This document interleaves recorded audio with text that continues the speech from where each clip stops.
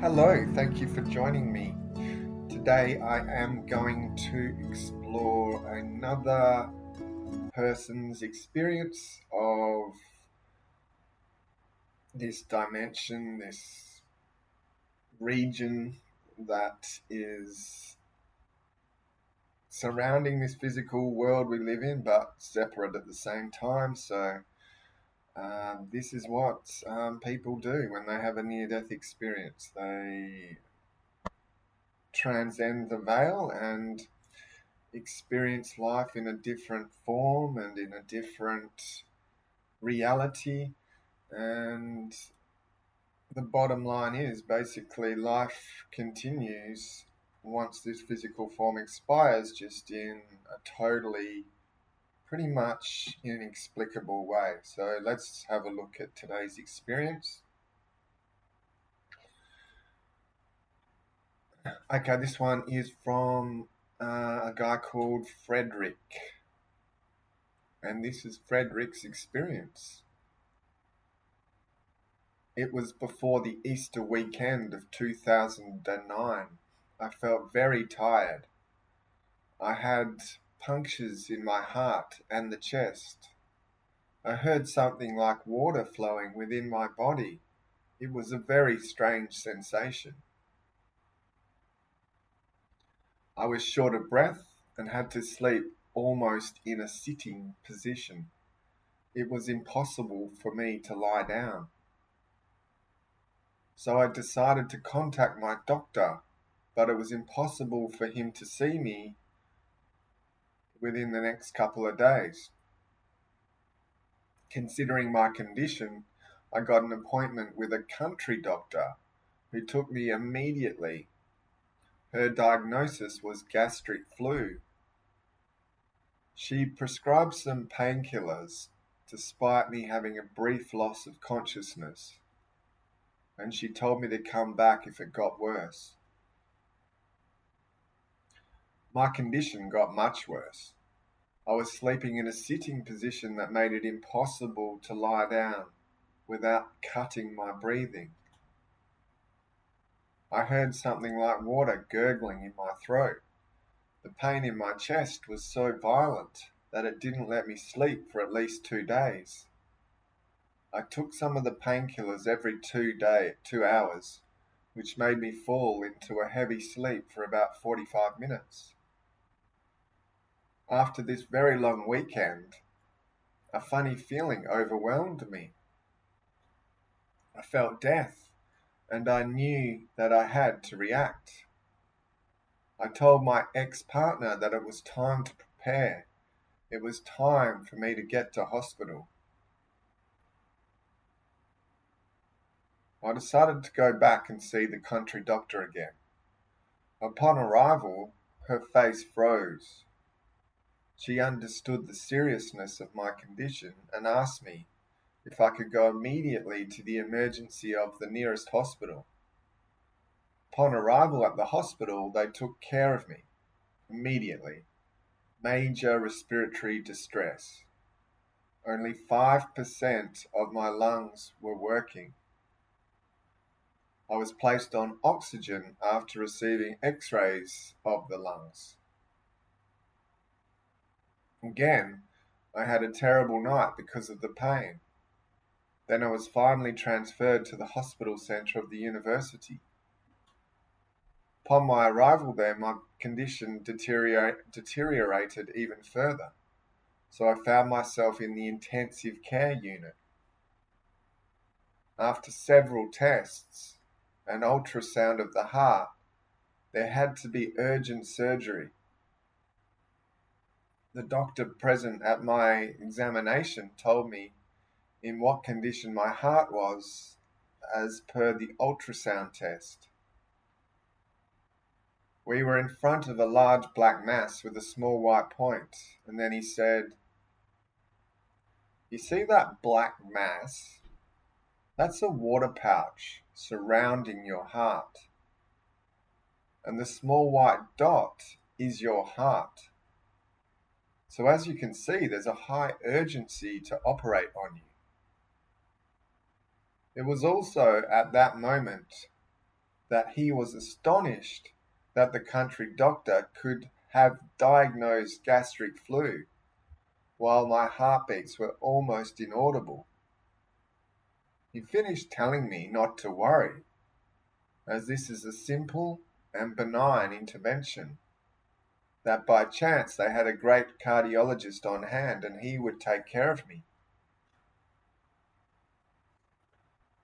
Following all of this, I was taken to a surgical unit around 10 o'clock at night. Just before my arrival, the surgeon was already there. He was waiting for me.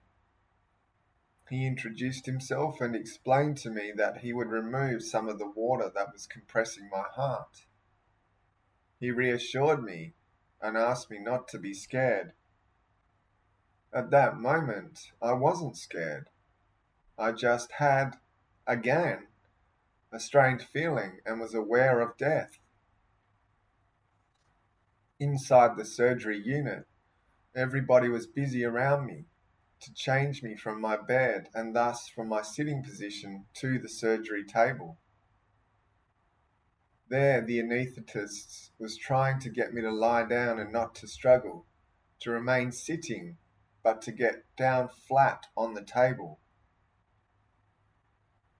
There, I had those words that still resonate in my head. If I lay down, I will die. He looked reassuringly at me.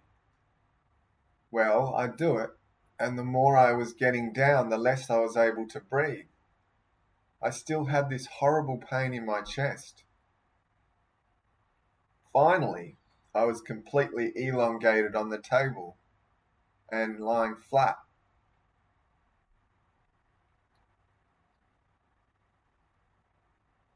Suddenly, my vision went white, and by whatever miracle, I had no pain anymore. I found myself in a completely white environment, very bright, of an extreme intensity, very indescribable. I didn't see with my eyes anymore. All was white, but I was aware, and I was sitting again on this surgery table, in this unit, in this hospital. I was astonished.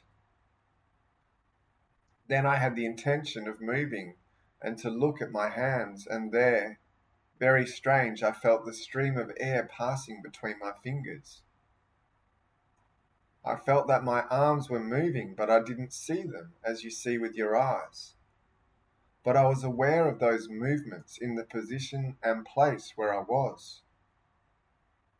Everything was white around me in a serene atmosphere. And there, without hesitation, I became aware that I had just died.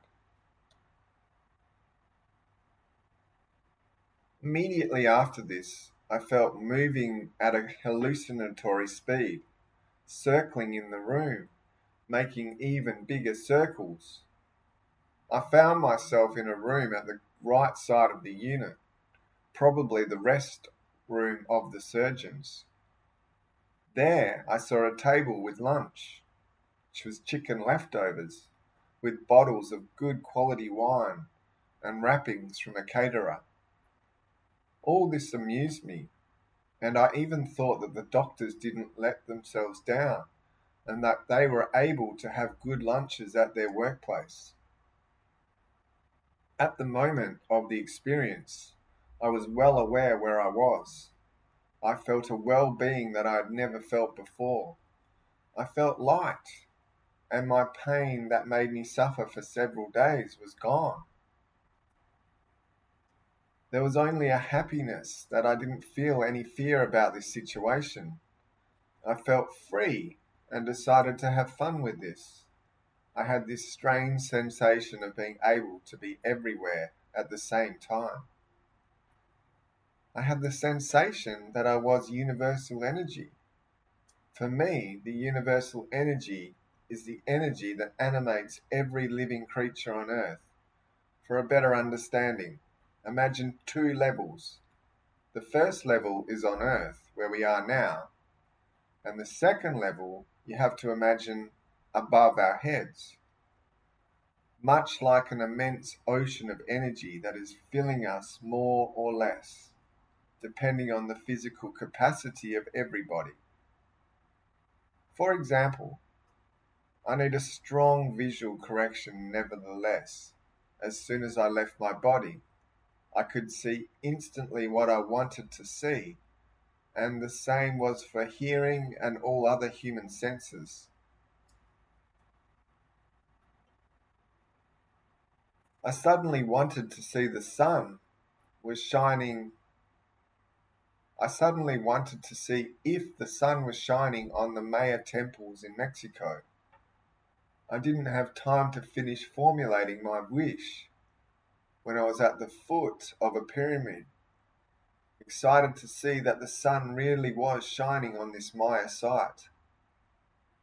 It was very beautiful. I hardly had time to observe a butterfly that, at my arrival, was flying away.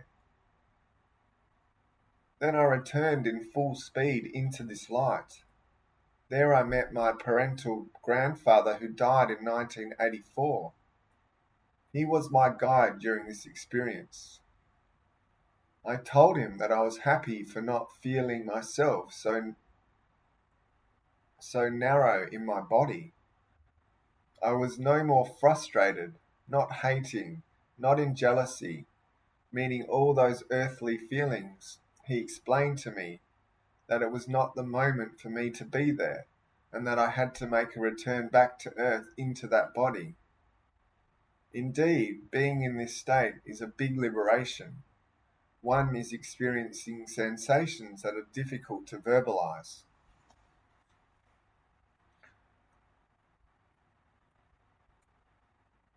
I had the feeling I understood the universe, and at the same time, I was the universe.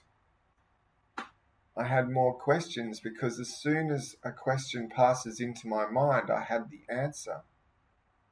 There is no reason to be jealous or envious of anybody. You're in a total well-being state. It was there that I became aware that we are all part of this power, this energy, and nobody is more important than somebody else. I got the awareness that every living thing on earth was one. So it is unity in this energy. We, human beings, animals, plants, minerals, are all equal, as we are all the same energy. On the other hand, during my experience, I have no memory of being in contact with animals. Concerning plants, I had a strange contact. Following the words that my grandfather had told me about the fact that my children still needed me, I decided to visit them at home. I arrived in the garden through the roots of a tomato plant. I could see its molecules, its health condition, what seemed perfect to me. I saw the flowers to be fruits, and this had not been the case. I had the impression of being able to improve its condition in order to obtain beautiful fruits. I then found myself in the house. My family, my mother, my children, and their mother were sitting at the table. They were very anxious about my condition. They were looking for a key that I had been putting away in a small piece of furniture in the kitchen. At that moment, I found myself set back from the scene. I indicated to them the exact location of the key, but nobody could hear me. Then I found myself again in the light with my grandfather, who made me aware of the suffering of my children. I had to do a second displacement. I found myself in the practice of my doctor. My mother was in the middle of the corridor. She was talking to the doctor. She was treating him as a bungler. And if I was in hospital between life and death, it was his fault. This scene happened in front of the dumbfounded eyes of the secretary. I myself was behind my mother. I told her repeatedly that it was not his fault, but she didn't hear it. Again, back with my grandfather, I found myself sitting by a table with a counsel in the company of several deceased persons of my family, which I still have difficulties to identify. My grandfather led this council. There I was shown my past life. I had access to the purpose of my life. This council was organized only with the goal to come back to Earth, something that, at the time, I didn't consider at all. Then they started to show me the life of my children without me, and they showed me the life that I would be living when coming back to Earth. My children would be happier, professional lives, more in accordance with myself, a craftsman, trade, creative and independent. After this, they finally convinced me of a necessary return for the following experience and the well-being of my children. Then I felt again being on this surgery table, overwhelmed by an unprecedented pain in my chest. I had to inhabit my body again, much too narrow in comparison to the space I had just been occupying. I was everything, and once again in my too small body with this unbearable pain. I came to after 4 days of coma. I tried to tell my story immediately, but unfortunately none of the medical people wanted to listen. Just my partner was able to listen. Thanks to this, I still have partial traces of what I experienced, as over the hours my memory of this event was fading, and I'm convinced that I lost much information and details. Nevertheless, I am happy having had this experience and to share it with you today.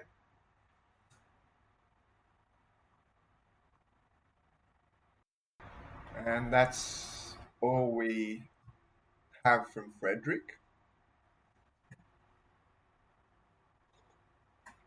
So let's have another look at this one again. Not much really to go through, not an overly detailed experience. So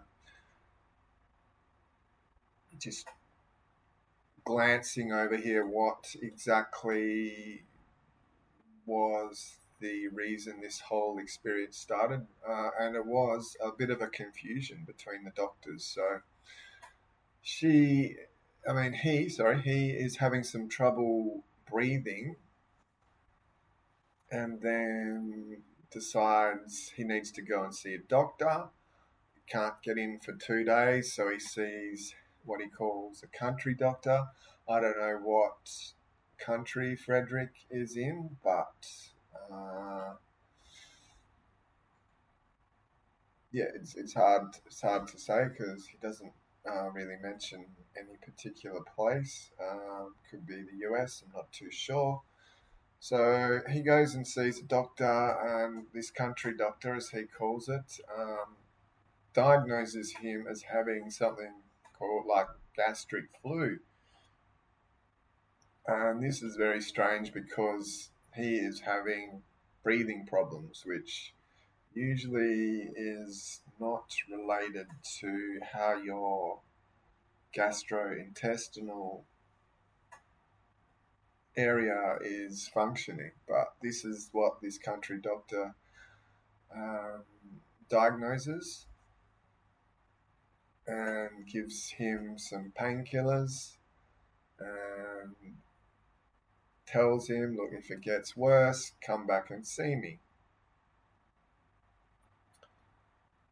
And of course, the condition gets worse, but Frederick decides that this country doctor he's seen is probably, he doesn't actually say misdiagnosed him, but he has a bit of an instinct to try and get another opinion. So he goes to the nearest hospital and they do some tests and they find he has only 5% pulmonary capacity, or 5% of his lungs are actually functioning. So they, of course, put him on oxygen and do continue to do several more tests to find out what is actually the problem. And it turns out he ends up needing some urgent surgery around his heart. They said that there is,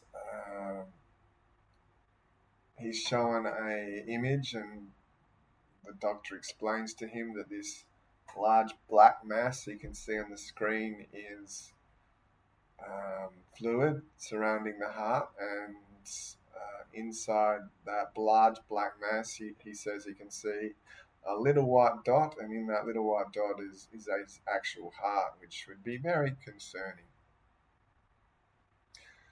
So the doctors rush him in to urgent surgery, and he is instructed to lie down, which is something he hasn't been able to do.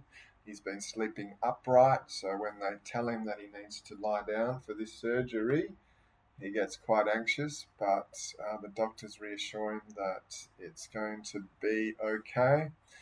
And as he's lying down, he's feeling more and more pain and getting more and more worried. And at this moment is when he crosses over to this other dimension. There's no tunnel, there's no grand entrance. It's like he is here 1 minute and gone the next. At the moment he crosses over, there's white everywhere, so almost like the opposite of the dark void. He's not feeling any pain, and he can't really describe where he is. It's different and unknown dimension to him.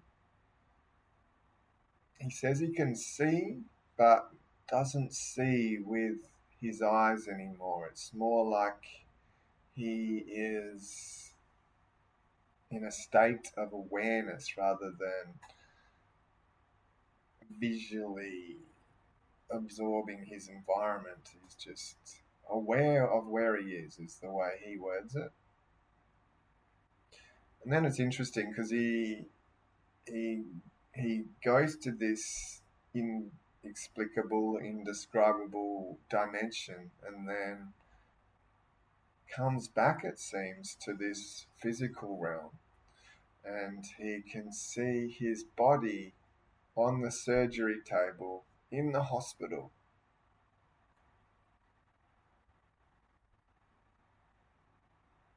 But at the same time, he can see white everywhere, and it's almost like he's got a foot in each dimension here, because he is seeing his physical body in this earthly realm, but also this is being superimposed, or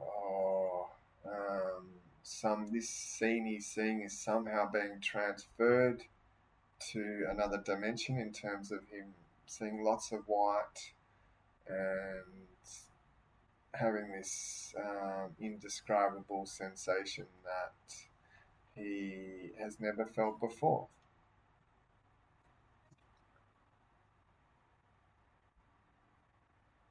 So as he notices his body, then he says he feels this in this he feels like he's moving. He's circling in the room, making bigger and bigger circles, and from there he kind of leaves his body and goes into a break room in the hospital. And there he sees some really good wine, which is and chicken, which is a little bit concerning that the doctors are drinking alcohol and nurses are drinking alcohol at their place of work, and then going and caring for people.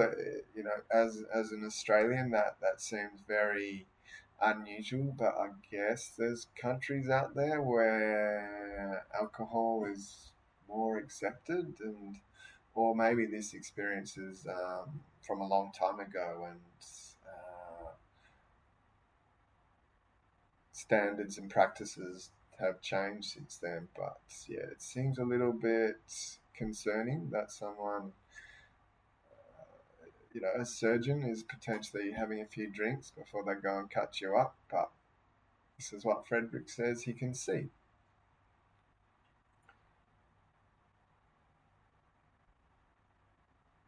Above all, he says that he feels light.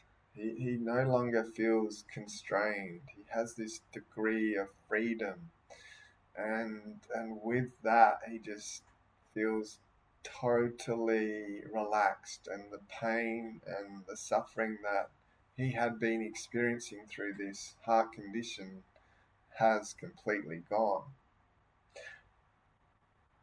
He's in a state of happiness, and doesn't feel any fear anymore at that time. He feels like, he's just in a really good place. I can relate to this situation, not having a near-death experience or like this. I can just relate to it on a human level. When we have something scary or worrying approaching, it's such a consuming, constricting, negative type energy that totally reduces or eliminates your ability to enjoy life. It doesn't matter what it is. If it's, if you've got to go and get to the dentist, or you've got to got a doctor's appointment, or if you're about to start a new job and your first day is coming up, that worry, that anxiety, it's totally can, well, not totally consume you, but at moments when your mind is in that anxious state, it is not a pleasant state to be. And Frederick here is saying this is how he's feeling. He's feeling that any anxiety, any fear is far removed. And we all know when we're in a good state as humans what it's like. We feel free, we feel happy. That old saying, not having a worry in the world, it's true, because when you are in that positive, loving life state, fear and anxiety are usually a long way away. So I guess what I'm saying is I can kind of get an idea of what Frederick is describing here, but obviously in this spiritual realm and state, the feeling of detachment from the negativity of being a human is going to be a lot more profound and noticeable, and potentially even more exciting, because you could, for the first time since you've been a human anyway, really feel that detachment and know, yeah, look, I'm finally out of there. I'm out of that body. I'm I'm no longer exposed to these negative sensations that the process of being human brings. And I think we all know what freedom from fear feels like a little bit, but the only problem is it's always a temporary experience, and there's always some challenge or um, moment in the future that is coming our way, whether we like it or not, that is going to cause us some concern. So I can kind of relate to what Frederick's saying here. It must be a nice feeling to, number one, not only leave your body and realize that life continues on, but this life that we have, that this form of us, this spirit soul that continues on, seems to be able to detach from all these experiences we have as humans and is no longer exposed to that suffering, which is very reassuring. Frederick then says he feels like he has become this universal energy, and I guess he uses the word universal energy there. I guess you could change that for a few things. Like we all know, if you've listened to this podcast, or just I guess most people know, that God has many names: source, love, um, you know, yeah, it's just a long list, and I kind of just got my tongue tied a bit there, and I can't think of any more. But there are a few, and he uses universal energy. And he says that this universal energy is what animates every living creature on earth.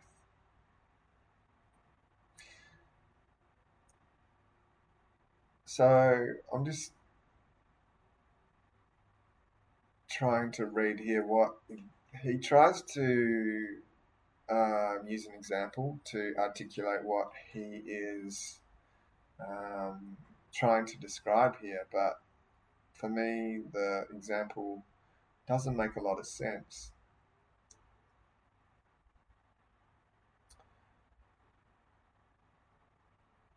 But nonetheless, he says that in this form we take when we are no longer attached to our human, uh, we have all the same human senses and more. So, we're able to see, we're able to hear, touch, smell, all that sort of thing. But if you think about the complexity and miraculous nature of this universe, this planet, this body we're all in, the millions of processes that are going on within it, every single human body right now, all these cells working together to connect to make this experience we're all having, just that is a miracle. And then you think about um, the possibility of what more could be created by a source that can create something as amazing as this universe. And this is just the physical part we see and experience. So reading these experiences and seeing how a form of us continues on and is able to, at the bare minimum, experience life in a similar way in terms of the senses we experience as humans being translated to this other dimension. It just says to me that there is so much more for us to explore and understand and experience in this other realm. Like this physical realm is miraculous enough, but to think of what awaits us in terms of no restriction from our human bodies, potentially more senses to see and experience. Just a whole other realm that we can't probably really get our heads around because we're in this physical world and we experience this on a daily basis, and this is all we know. So to leave this realm and go and explore the next is something I am certainly looking forward to. So Frédéric decides he wants to see the sun shining at the Maya. Sorry, I don't know how I'm supposed to pronounce that word, but I have heard of the Maya civilization before. I didn't know they were in Mexico, but I guess that's where it is. And this is where Frédéric decides he wants to go. So he goes to the foot of a pyramid and sees this Maya site, and it's very beautiful. He sees a butterfly, and then he decides to. No, he doesn't really say what he does after that. He just says he returned after seeing the Maya into the light. So I guess that's another way of describing this white dimension this all started in, is he has worded it now as the light, as the light. It's interesting, he doesn't go too much into this overwhelming feeling of love or pulsating sense of belonging and just feeling very welcome here, like a lot of people do. He just basically says it's freedom from suffering, and I guess in a way that's the same thing. And so when he returns to this light again, he sees his grandfather, who he says passed in 1984. Apparently, this grandfather is the guide for this experience.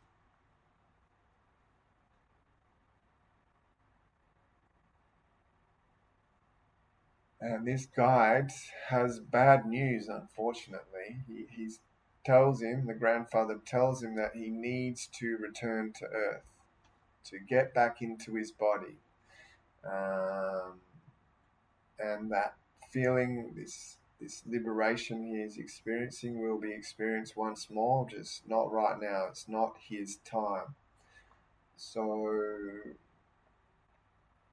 in this case, Frédéric isn't really given a choice. He is told he has to come back, which would be difficult to hear when you're in this state of ecstasy.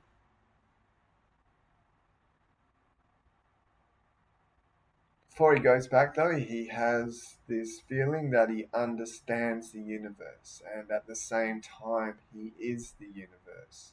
He gets access to the knowledge of the universe. He just has to think of a question, and the answer comes.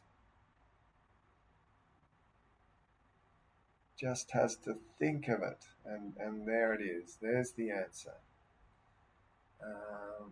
In this state, there's no reason to be jealous or envious of anyone. Everything is equal, and everything on this earth is made up of this powerful, intelligent energy. Everything. So, mosquitoes to dogs to trees to rocks. They're all equal, and we are all part of this energy. It's a little bit confusing when I hear this. Like, I guess the confusion arises from the soul that we have, the energy that we have in ourselves is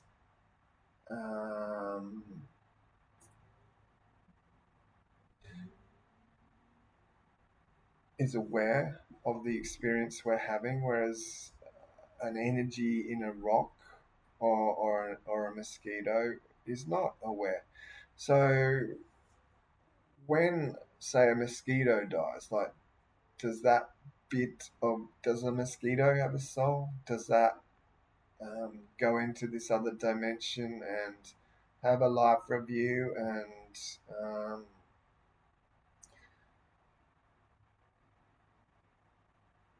reflect on its experience? Like, is there different levels of souls, or this, I guess my question is, what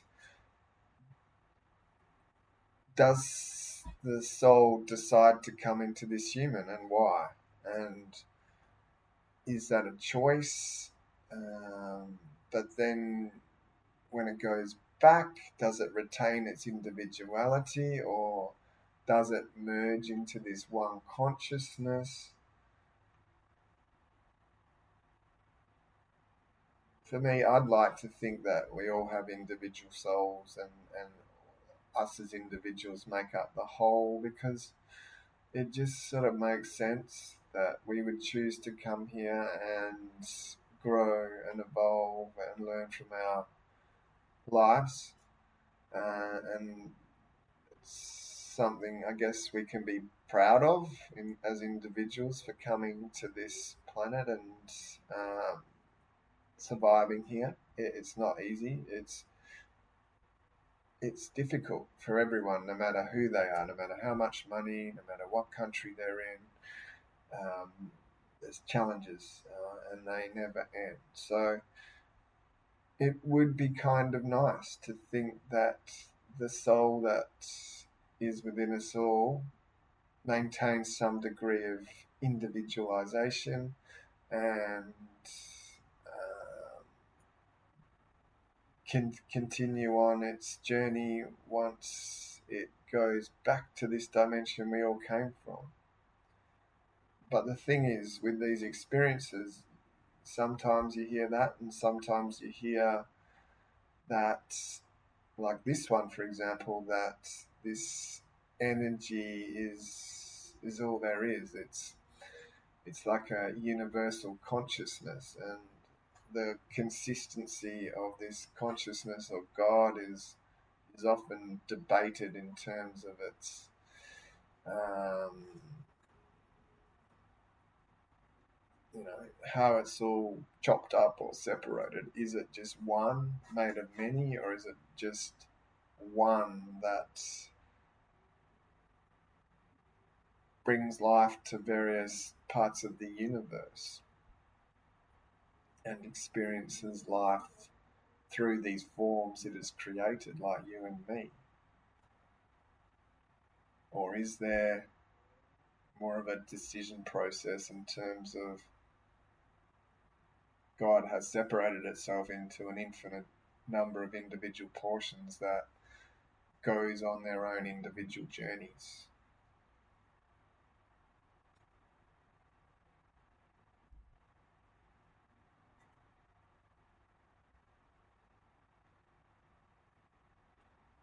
I don't know.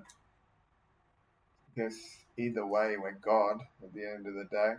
We're made of God stuff. So when you look at it like that, how can you lose?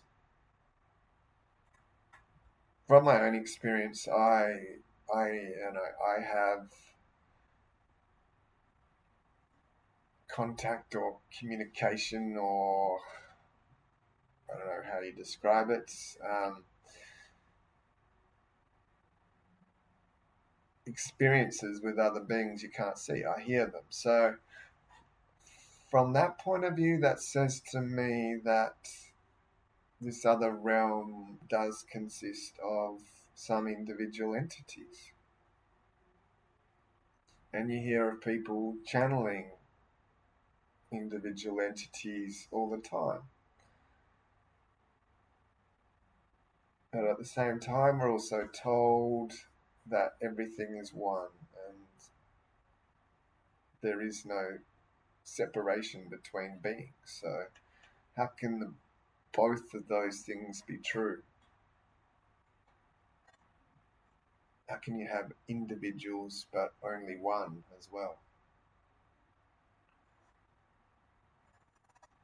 I don't know. I guess that is something we'll find out eventually, though, how that works.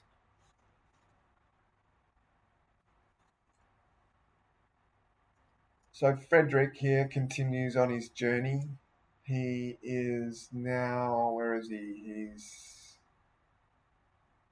floating around, and then he says he finds himself in his own house where he lives with his family, his mom, his kids, and his wife. And they're sitting around at a table, and they're obviously upset because Frederick's in hospital, and they're worried about him. And Frederick watches this scene, and he sees them looking for a key for something. And in his spiritual state, he somehow tries to contact his family and tell them where this key is, because he's the only one who knows, but is unable to do so.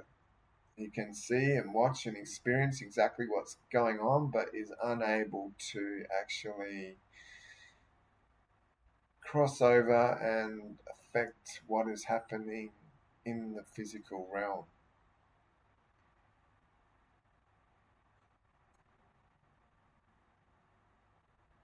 It's interesting, isn't it, how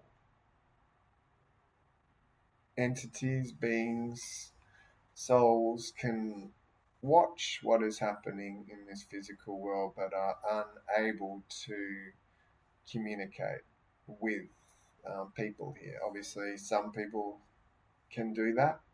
I just said I can do that, but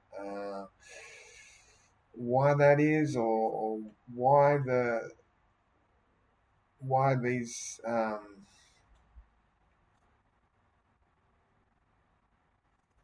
beings that want to contact their family aren't able to do so, I don't know.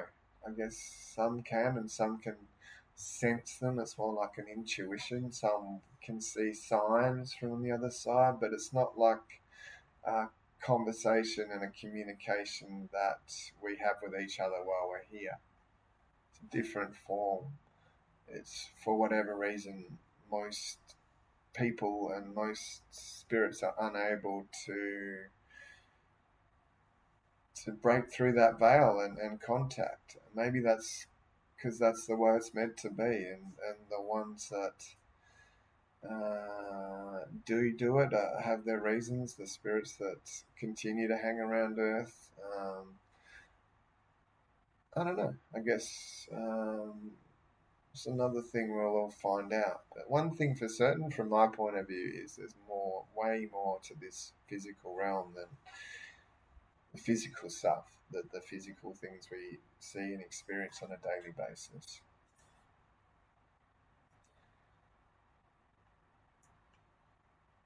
So Frederick then says he is taken by his grandfather, his guide, to this council-like situation where there's several people sitting around a table, and this council is specifically organized to get Frederick back to Earth.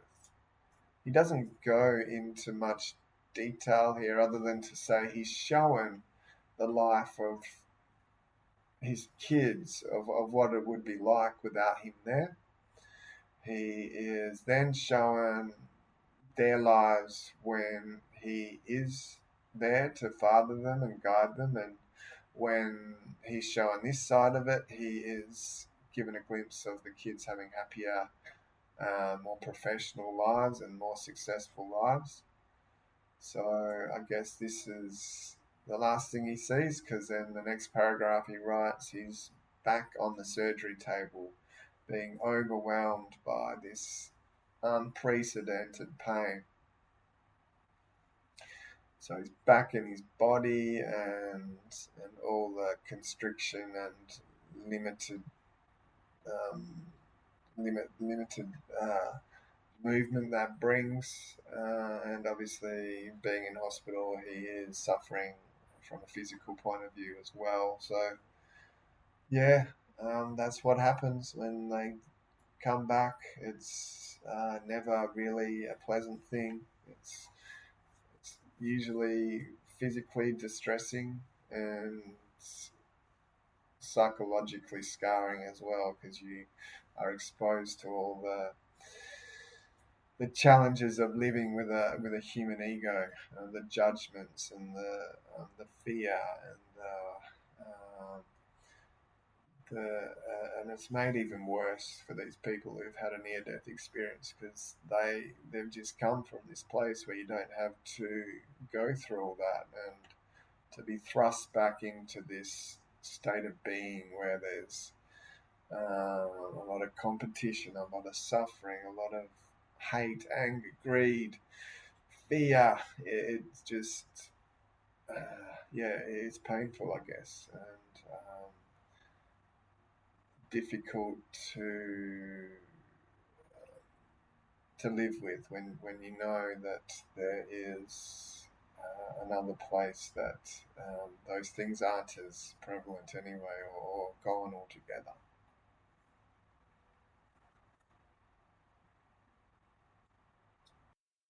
So for me, this experience has been another reminder of the essence of what we are, continuing on back to its source once the body is no longer functioning. But as it usually does, these experiences raise questions.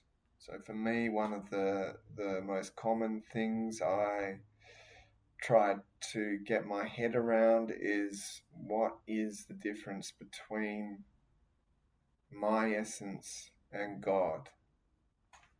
Is there any, and your essence and God, and every living thing's essence and God?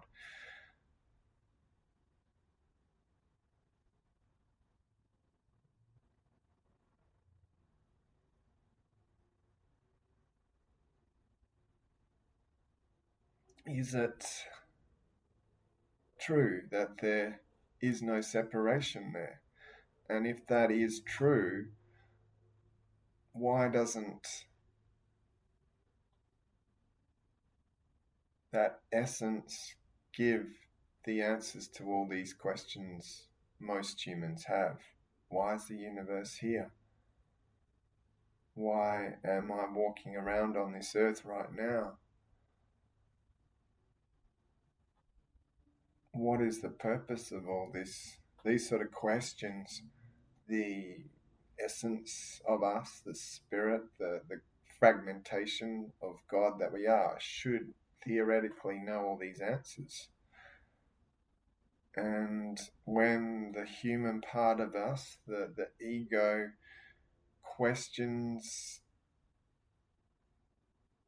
its own existence and these bigger questions, why is there no response from our soul or our spirit? Why is that disconnection between the eternal essence of what we are and the ego? Is it to give us as souls or the universe this experience, at least for a while, of not knowing everything, possibly, of having to search hard to find the answers?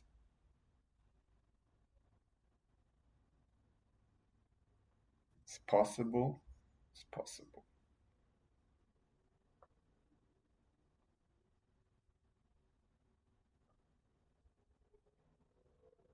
Because we just heard from that experience there where Frederick was able to just think a question and the solution would instantaneously appear. So to us as spirits or souls or individual forms of consciousness come here to have a break from not knowing everything. Is that something we as spirits or God itself, is that what it wants to get out of creating a place like Earth, to give us a new experience? And I say give us, I mean souls. Or do I say to give God itself, God, its oneness, a break from knowing everything.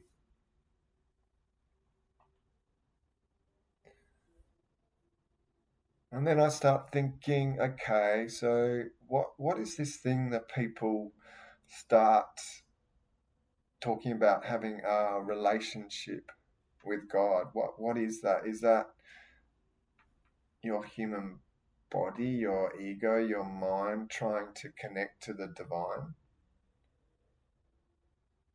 And if you are able to do that, can you get the answers to these bigger questions? And if so, how do you do that effectively?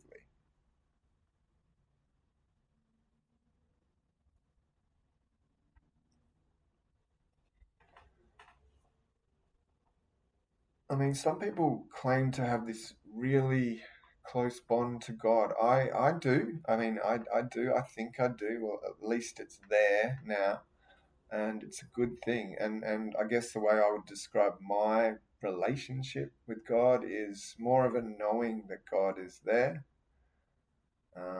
knowing there's a higher power there, and particularly in states of joy and happiness, that higher being is more prevalent and it's easier to connect to and to experience. But on the flip side, I still get reminded of its existence in the darkness as well. So that's my relationship. But I've had all kinds of mystical experiences along the journey, and they continue to happen, just as not as often as I'd like. So what is that? What is that mystical experience? It's a miracle. It's something beyond the explanation of our current understanding as a human race.